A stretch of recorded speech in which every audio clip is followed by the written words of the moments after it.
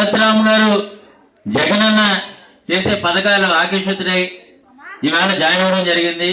చాలా సంతోషం. అలాగే లాస్ట్ టైం ఎలక్షన్లో ఇక్కడ మనకి 1760 మెజారిటీ తగ్గింది.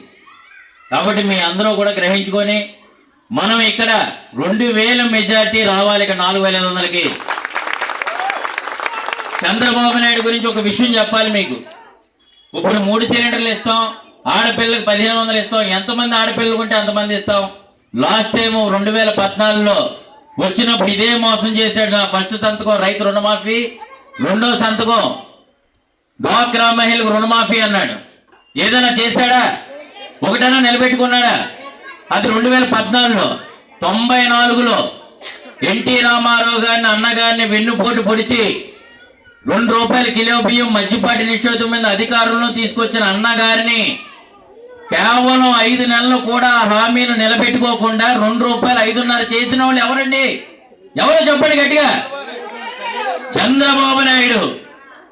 కాబట్టి 2 రూపాయలు ఆ రోజుల్లో కిలో బియ్యం ఇస్తేనే 5.5 చేశాడు. మనం నమ్మొచ్చు అలాంటి వ్యక్తుల్ని. ఇవాళ 2014లో మన తెలుగువారు ఆత్మాభిమానం 2019లో ఇదే బీజేపీతో కలిసి ఎన్నిసార్లు అతను విశ్వసనీయత పోగొట్టుకున్నాడో మనందరికీ తెలుసు. ఓసారి బీజేపీ అంటాడు, ఓసారి జనసేన అంటాడు, ఓసారి టీఆర్ఎస్ అంటాడు, ఓసారి సిపిఎం అంటాడు.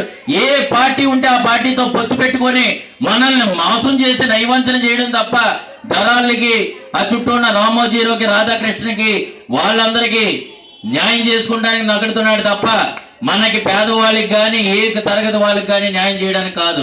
ఇవన్నీ మనం గ్రహించాలి. రాజమండ్రి అంటే తెలుగుదేశం అని అనుకుంటారు చాలా మంది. తప్పు. రాజశేఖర్ రెడ్డి గారు ఉన్నప్పుడు మనం 2 సార్లు కంటిన్యూగా నెగ్గామా లేదా? కాబట్టి ఈసారి 50,000 ఓట్లతో నగ్గాలి. మొన్నే 4 రోజులు భర్త గారి గురించి చెప్పాలి. ఇప్పటిదాకా రాజమండ్రి 25 సంవత్సరాలు వాళ్ళు పరిపాలించి ఏం చేశారు?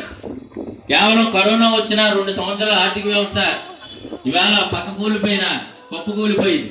ఇవాళ అందరూ కూడా రోడ్ల మీద వచ్చే పరిస్థితి లేదు. కూలోళ్ళు కూడా ఎవరి చేట్లా వెళ్ళిపోయి రోడ్లు వేసే పరిస్థితి లేదు. జగన్మోహన్ రెడ్డి గారు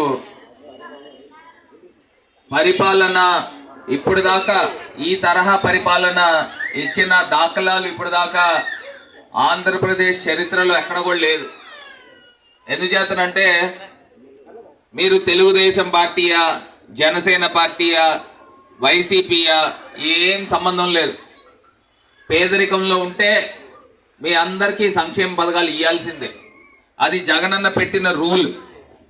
ఇదివరకు చంద్రబాబు నాయుడు గారు ఇలాగే చెప్పేవాడు. ఏం చెప్పేవాడమ్మా? నేను వేయించిన రోడ్లు వాడుకుంటున్నారు, నేను కట్టించిన టాయిలెట్లు వాడుతూ ఉన్నారు, నేను కట్టించిన ట్రైన్లు వాడుతూ ఉన్నారు, నాకు ఎందుకు ఓటేయరని చెప్పిన సందర్భాలు గుర్తుందా మీకు? ఇదివరకు మరి జగనన్న ఎప్పుడైనా చెప్తా ఉన్నాడా? మీరు కులం చూడడం, మతం చూడడం, ప్రాంతం చూడడం, పార్టీలు చూడడం, సంక్షేమ పథకాలు ఇవ్వాల్సిందే అని చెప్పి ముఖ్యమంత్రి గారు చెప్తా ఉన్నారు. మరి ఇవాళ అదే తరహాలో రాజమండ్రిలో మరి పేదలందరికీ కూడా మన అక్క చెల్లెములు మహిళలందరికీ కూడా అగ్రతాంబూలం పెడతా ఉన్నాం. ఇవాళ గతంలో ఇదే తెలుగుదేశం పార్టీ వాళ్ళ కుటుంబం నుంచి